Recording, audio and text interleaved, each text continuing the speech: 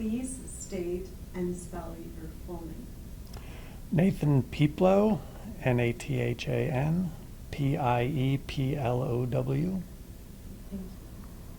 Nathan, how long have you been involved with Western Field Ornithologists? Someone came in the back door. Let's go ahead and shut the door. You gotta shut the door, please. Sorry. Sorry. We haven't had that all morning. I know, now it happens. We open the door. Okay, here we go. Everybody settle. And we're rolling. Okay, how long have you been involved with Western Field Ornithologists? Since 2005. Let's get yeah. the question in the end. So when we ask a question, if you could repeat the question in your answer. So I've been involved with WFO since 2005. Okay. Yeah. Okay. How long have you been involved with Western Field Ornithologists? I've been involved with Western Field Ornithologists since 2005. When did you first establish the sound ID session at a conference? So in 2005, the Western Field Ornithologist Annual Conference came to Boulder, Colorado, where I live, and my friend Ted Floyd was charged with organizing that meeting. And before that, Sylvia Gallagher had done the Sound ID quiz every year at the conference for many years.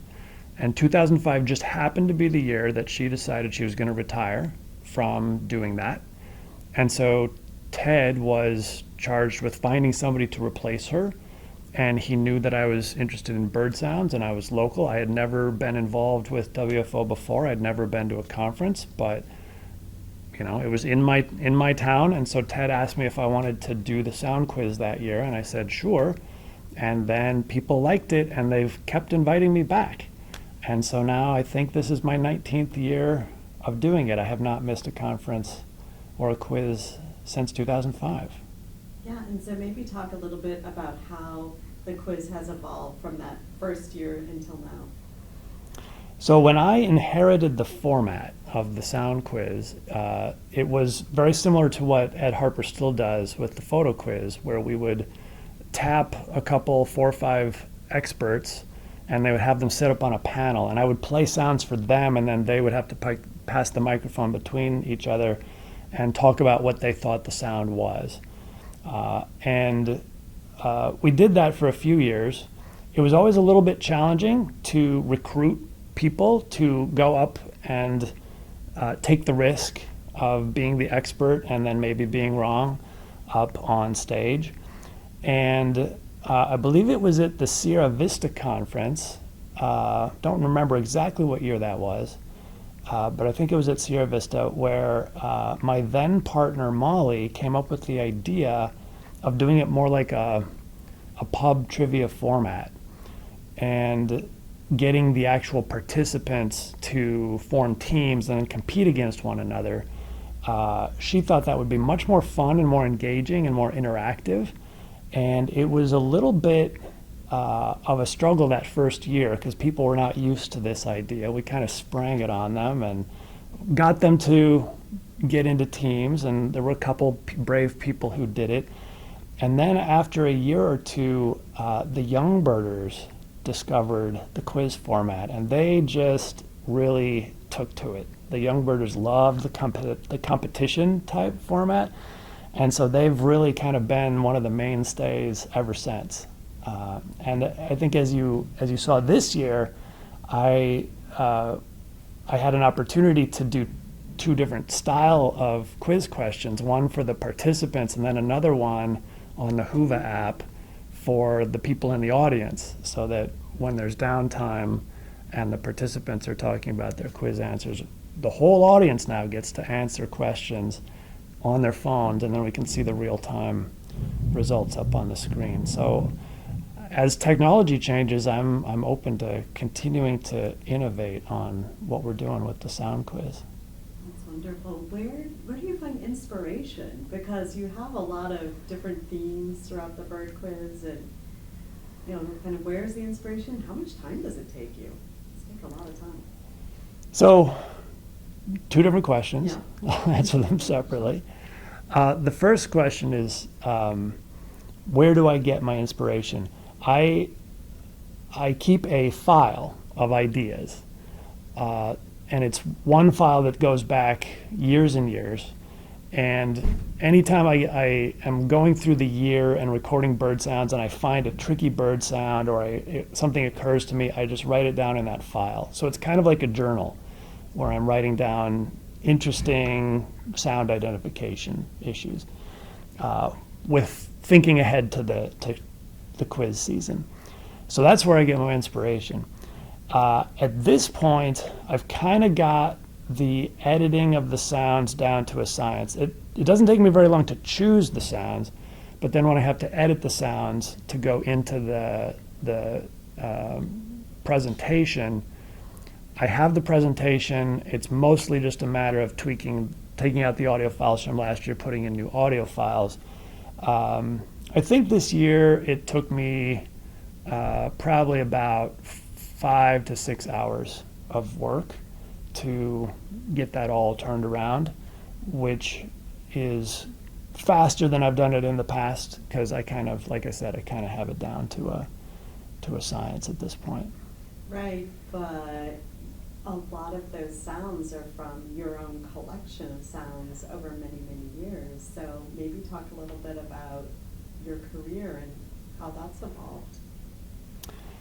I have been recording bird sounds since 2004. In 2003 was when I decided that a field guide to bird sounds was possible and I wanted there to be one, so I set out to write it. At the time, I had never recorded a bird sound. I had never created a spectrogram. I was not qualified to create a field guide to bird sounds, so I set out to get qualified, and that took a number of years. In 2004, as one of the first steps on that journey, I took the sound recording course that's offered by Cornell every summer, a week-long course. At the time, it was offered up in the Sierra Nevada. And so I went there for a week and learned how to record bird sounds, saved up money for my own bird sound recording equipment. And since then, I have recorded over 18,000 bird sounds. I'm still uploading the backlog to eBird, but I just keep doing this everywhere I go. And so that's just gonna happen. I'm just gonna be like, some people take a camera and photograph everything they see, and I try to do it the same thing with a microphone. So that's me having a large set of recordings is, you know, something that I do for fun at this point. I was doing it for the book project for 16 years, and then you know, I got the books published. I'm not going to write any more bird sound books. I'm happy with the 2 that I created, and but I keep recording the sounds. So this is just one of the fun things that I get to do every year with those sounds. So are there any memorable stories from any of the sound ID sessions that you want to share? I have many memorable moments that I remember fondly. One of my very favorite moments was during the sound quiz in Petaluma. Again, I don't remember exactly which year, but I stumped the entire room, and I stumped everybody hard on one of the most common sounds, one of the most common birds in North America. I played them the female song of red-winged blackbird, and people were guessing things like rose-throated Bacard and things that were way, way off. And I was like, you have heard this 1,000 times. And I was able to use it because it was one of these themes where I play 3 bird songs that are connected by a theme, but the theme was female songs.